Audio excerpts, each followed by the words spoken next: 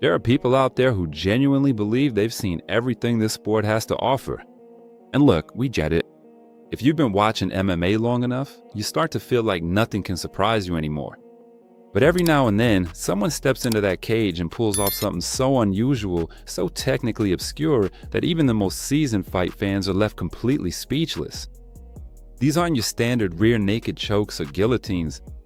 These are the finishes that make you stop, rewind the clip, and watch it again, just to make sure you actually saw what you think you saw. If that sounds like your kind of content, go ahead and hit that like button and subscribe. We got plenty more where this came from. And now, without further ranking, here are 10 of the rarest submissions in MMA history. We're going to be honest with you. The calf slicer genuinely makes us uncomfortable to watch. And that is not something we say lightly. If you have any basic understanding of how legs are supposed to work, watching a calf slicer get locked in is going to send a very specific kind of chill down your spine. Legs are simply not designed to move that way. The mechanics of the technique involve using the attacker's body as a wedge against the lower leg, bending it in a direction that nature never intended. And every single time this submission appears in a real fight, the top does not come quickly. The opponent holds on, tries to fight through it, and by the time they finally give in, you already know they're going to feel that one for a while. What makes the calf slicer genuinely fascinating is that you don't need a background in jiu-jitsu to understand why it works. The moment it gets locked in, even someone watching MMA for the very first time will immediately know exactly where the pain is coming from. That kind of instant clarity is rare in grappling, and it makes the calf slicer one of the most visually striking submissions on this entire list.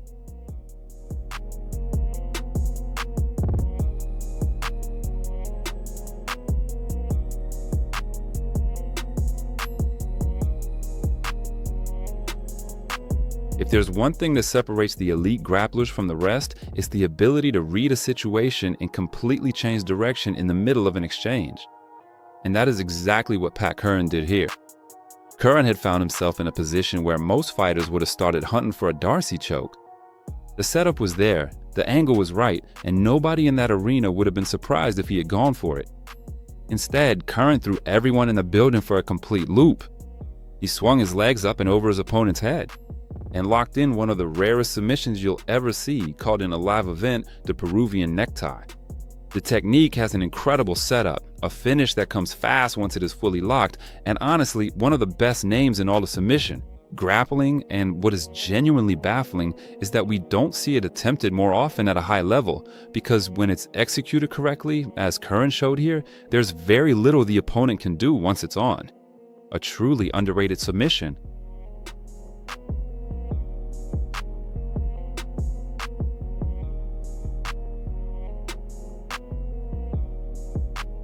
The Von Flute choke belongs to a very specific category of submission, the kind where if you don't know what you're looking for, you might genuinely miss the fact that a choke is even happening at all.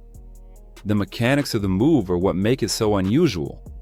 It's used as a direct counter to a guillotine choke attempt. When an opponent locks in a guillotine from the bottom, instead of trying to pull their head free, the fighter on top uses their shoulder. The pressure created by the guillotine itself cuts off the blood supply to the brain from the opposite side. In other words, the opponent's own submission attempt becomes the instrument of their own downfall.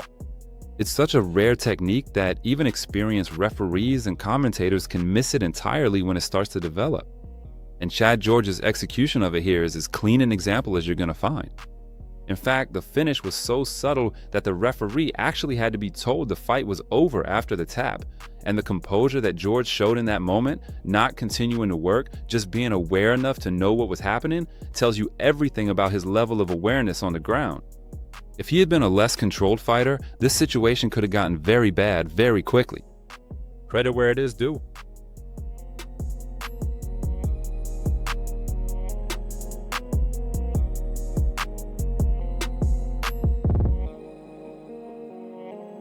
You knew this one was coming eventually, and honestly, it deserves every bit of attention it gets.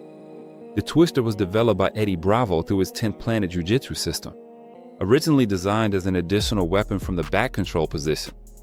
In theory, it is a spine crank combined with a neck crank, both directions at the same time.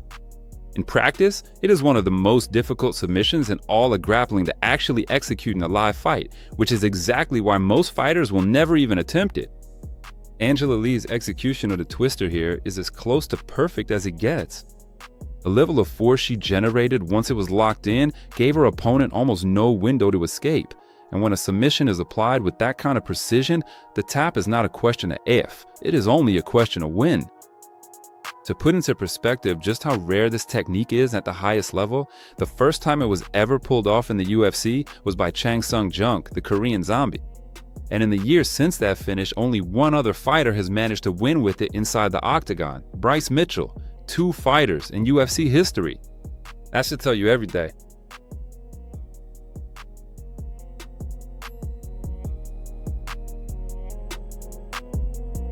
We want you to try something. Take someone who has never watched a single second of Brazilian Jiu-Jitsu in their life and describe this submission to them. Tell them that. The fighter on the bottom slides their shin underneath their opponent's chin while both of them are tangled up on the ground. Watch the look on their face, because the idea that this is anatomically possible, let alone doable in a real fight, is going to raise some serious questions. The Gogo Plata demands a level of flexibility that most professional fighters simply don't have. And even among those who do have the physical tools to attempt it, the number of people willing to try it in a real MMA fight is extremely small. The most well-known example of it being pulled off at the highest level remains Nick Diaz's win over Takanori Gomi, a finish that was as dramatic as it was technically stunning. And we'd be willing to bet that a significant portion of active UFC fighters today wouldn't be able to lock in this submission even if they tried. The dexterity required in a live, chaotic grappling exchange is just on a whole other level. That's exactly why the Gogo Plata makes this list, without any debate.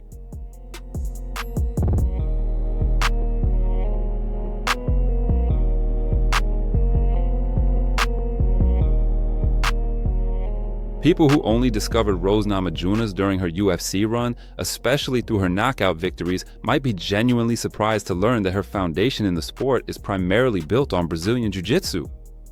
Early in her career, grappling wasn't just one of her weapons. It was the weapon. And before she ever set foot in the UFC, she created a moment that gave the MMA world an early glimpse of just how technically gifted she was. The flying armbar she pulled off in those pre-UFC days wasn't just impressive, it was the kind of highlight that goes viral. The athleticism it takes, the timing, the guts to actually go for it in a real fight. Most fighters at any level wouldn't even think about trying it. It was that highlight, that exact moment, that helped Thug Rose earn her spot in the Ultimate Fighter house.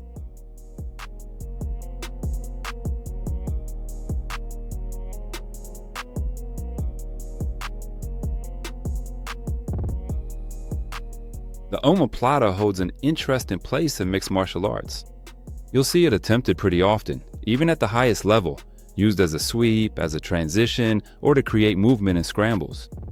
What you almost never see is someone actually finishing a fight with one, and that distinction matters, because getting an opponent to tap to an omoplata at the elite level takes a very specific set of circumstances. The position has to be fully locked in, the opponent can't have any way out, and the attacking fighter needs to be patient and precise enough to stay in that position and tighten it up instead of moving on to something else. When it does happen, when someone really locks it in and forces the tap, it becomes one of the most impressive finishes in grappling. This is also one of those submissions that's perfect for introducing anyone who thinks jiu-jitsu is simple. Show them an omoplata finish and let them start to see just how deep this sport really is.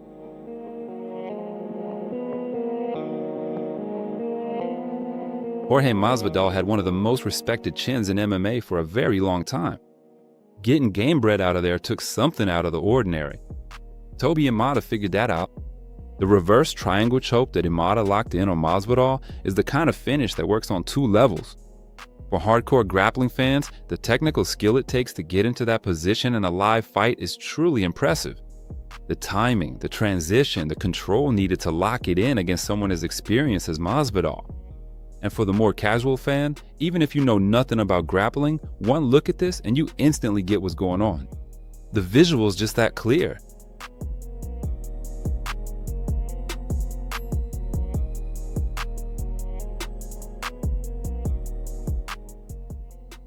Love him or hate him, and we know people have strong opinions about this, Paddy Pimblett's grappling game has never been in doubt.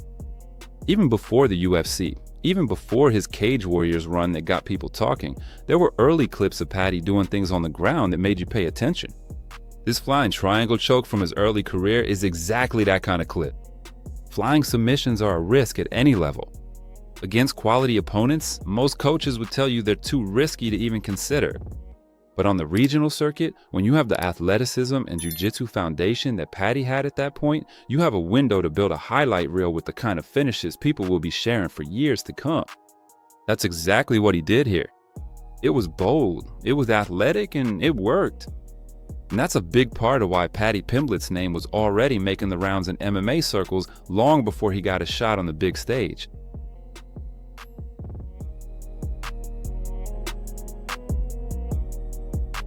And finally, we come to one of the most unusual finishes on this entire list, for more than one reason. The scissor choke is an unorthodox technique in itself, rarely attempted, rarely seen. Kim Couture against Sheila Bird, Couture locked it in, Bird went out, and the referee, bless his heart, took a moment to process what he'd just seen. We're not exactly sure what was going through his mind, but we hope it was at least something interesting. Eventually, the fight was stopped, the moment was recorded, and the scissor choke secured its place in the history books. Because using a choke like this to win a fight in MMA is not something we've seen pulled off consistently at any level, and as far as we know, it still hasn't shown up as a clean finish inside the UFC. A rare technique, wild circumstances, and a referee who was clearly having a very long night. That combination puts the scissor choke at the very top of this list, and there's really no argument about it. That's our list. 10 submissions that most fight fans would never see live in a whole lifetime of watching this sport. If any of these made you hit replay, let us know in the comments which one hit you the hardest. And if you haven't subscribed yet, now's the perfect time to do it. There's a lot more coming your way. Thanks for watching, and we'll see you in the next one.